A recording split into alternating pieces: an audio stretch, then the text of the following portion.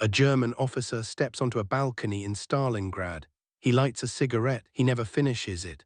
From 400 meters away, a Soviet soldier exhales slowly, holds still and squeezes. One round, one dead general. The entire German defensive strategy for Sector 4 collapses within 48 hours, not because of an artillery barrage, not because of an armored assault, but because of a single man lying in rubble with a bolt-action rifle and the patience of stone. Snipers didn't just kill people in World War II. They killed momentum, they killed morale, they killed the idea that any officer, any gunner, any soldier was safe anywhere on the battlefield. And the rifles they carried, some elegant, some brutal, some born from desperation, are the reason modern precision warfare exists at all. By the end of this, you'll understand why even the most experienced combat commanders refused to stand near windows. World War II was the first industrialized conflict where sniping became doctrine rather than improvisation. By 1939, most armies still treated the sniper as a curiosity, a holdover from frontier warfare. By 1945, every major power had specialized training programs, dedicated optics production lines, and soldiers whose only job was to reach out and erase human beings at distances that felt, to the target, like death from nowhere. Over 70 million soldiers mobilized across 6 years of war. Thousands of them were trained marksmen. But the rifles they used, the platforms that made precision killing possible at 400, 600, even 800 meters, came from 6 distinct national traditions, each reflecting a country's industrial capacity, tactical philosophy, and tolerance for the cold mathematics of ranged killing. Today, the principles these rifles established are embedded in every modern designated marksman rifle from Ukraine's front lines to the mountains of the Indo-Pacific. The Mosin still appears in active conflict zones. The Lee-Enfield still turns up in the hands of fighters in Afghanistan and Syria. These weapons did not die with the war, they became the grammar of a language still being spoken. As General Vasily Chuikov, commander of the Soviet 62nd Army at Stalingrad, put it, every German soldier must be made to feel that he lives under the muzzle of a Russian gun. Here is every rifle that made that possible and the men behind them. Nagant M91 PU, Soviet Union. A rifle so old it fought in the Russo-Japanese War, so rugged it survived the Eastern Front, and so accurate with the right man behind it, that the Germans put a bounty on anyone who carried one with a scope. The Mosin-Nagant M91, fitted with the PU 3.5x telescopic sight, was the Soviet Union's primary sniper platform for the entirety of World War II. It chambered the 7.62x 54mm cartridge, a rimmed round that dated to 1891, but hit with enough force to drop a man at 800 meters in trained hands.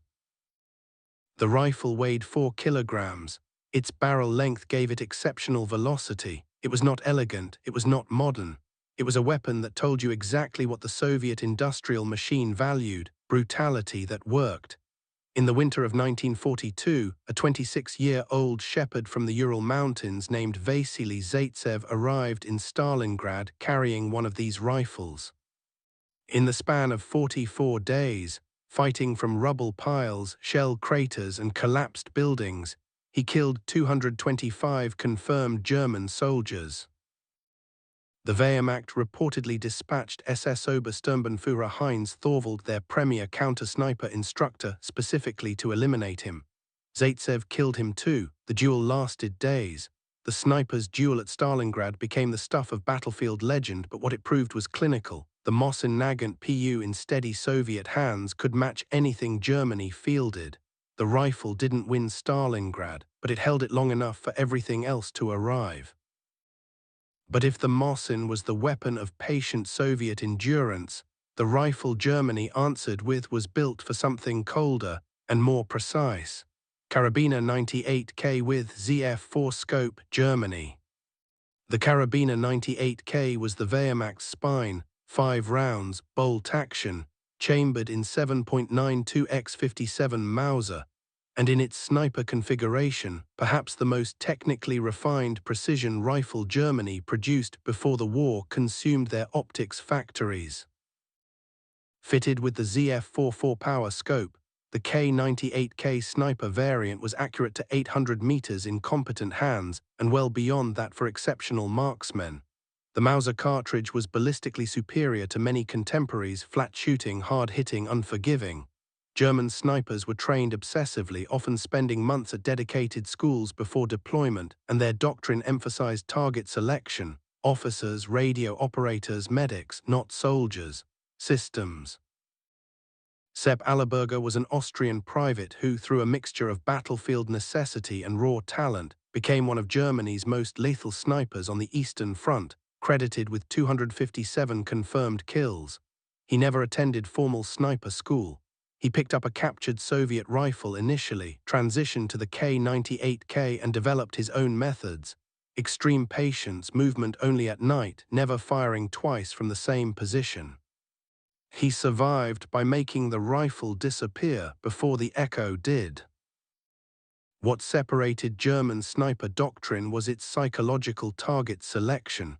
A dead private was a casualty. A dead officer was a decision vacuum. The K98K in German hands wasn't aimed at bodies, it was aimed at command structures. The Germans built a weapon of surgical precision, but one nation on the other side of the channel built something rawer and in some ways more dangerous.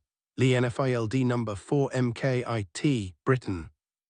The Lee-Enfield was never supposed to be a sniper rifle. It was Britain's standard infantry rifle, a fast-cycling 10-round magazine workhorse that could put more aimed rounds downrange per minute than almost any bolt action alive. When the British Army decided to turn it into a precision platform, they didn't redesign the rifle. They selected the best ones off the production line and handed them to their best men. The No. 4 MKIT, the T standing for telescopic, was fitted with the No. 32 scope, a robust 3x optic designed to survive the mud, rain and sheer violence of European theater conditions.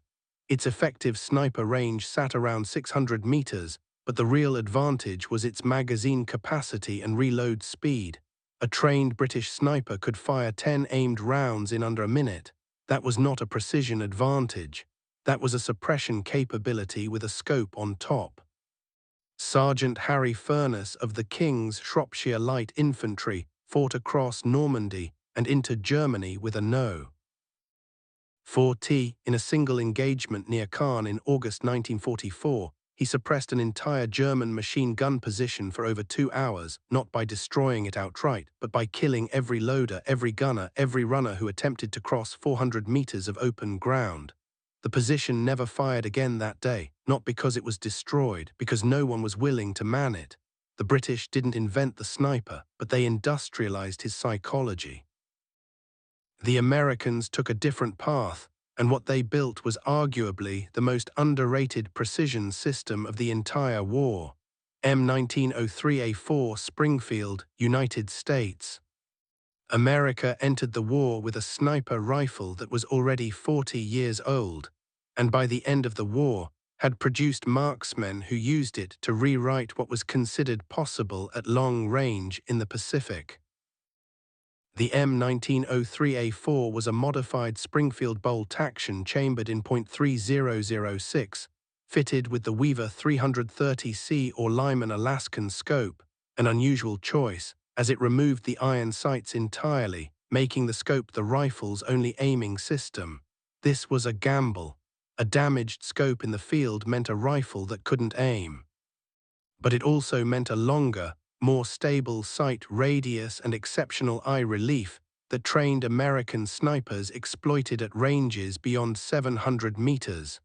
In the Pacific, the rifle met a different kind of war.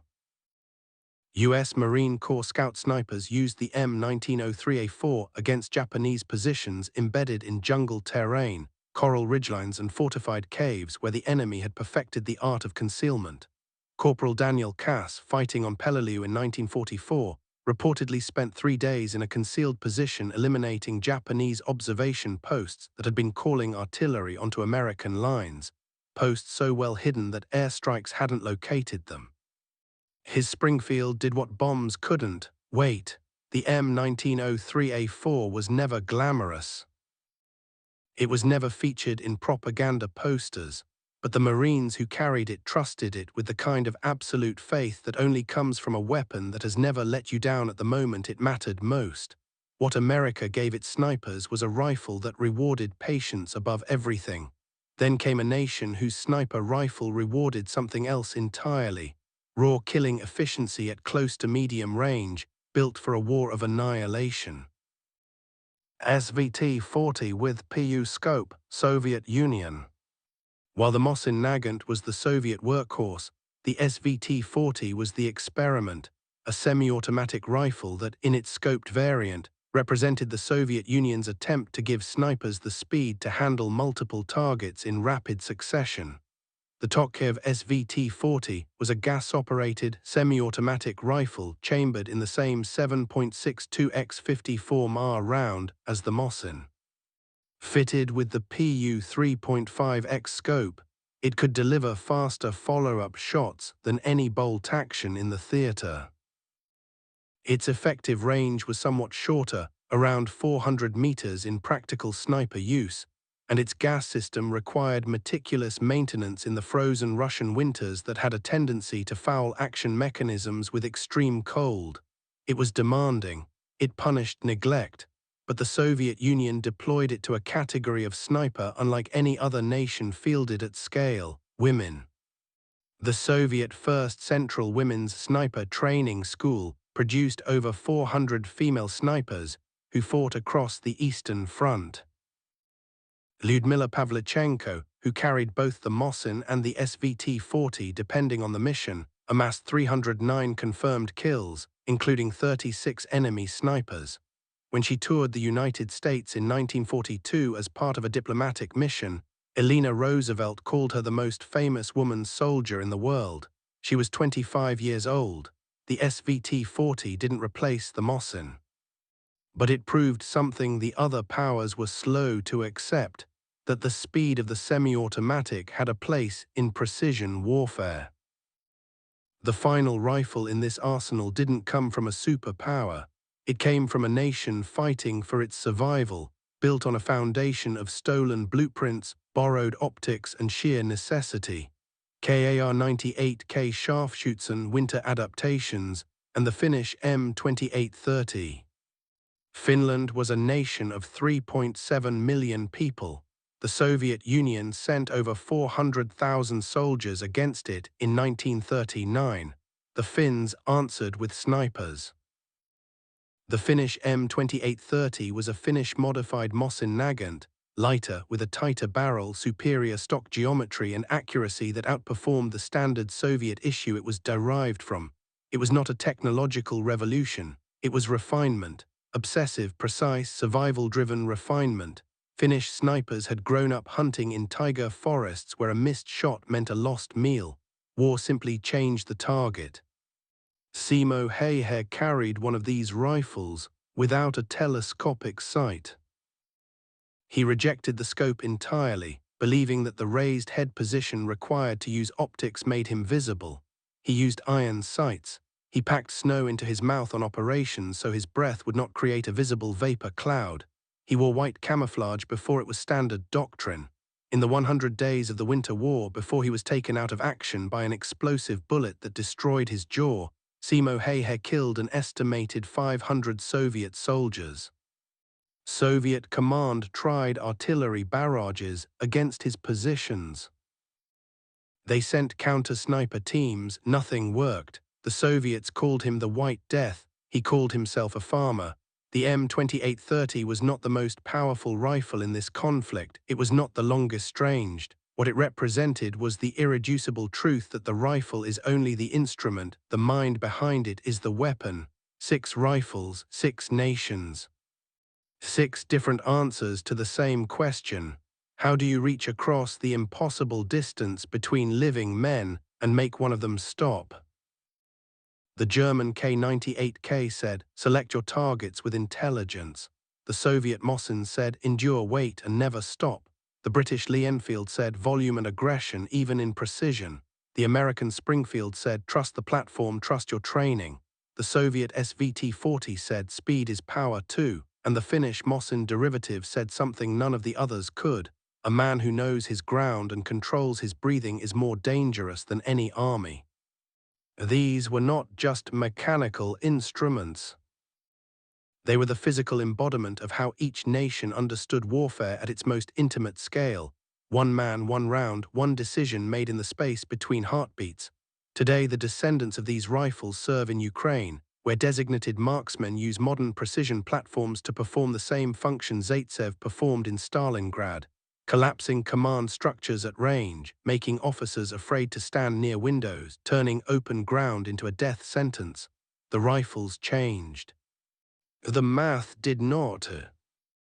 The most dangerous weapon in any war is not the one that kills the most people. It is the one that makes everyone else believe they could be next.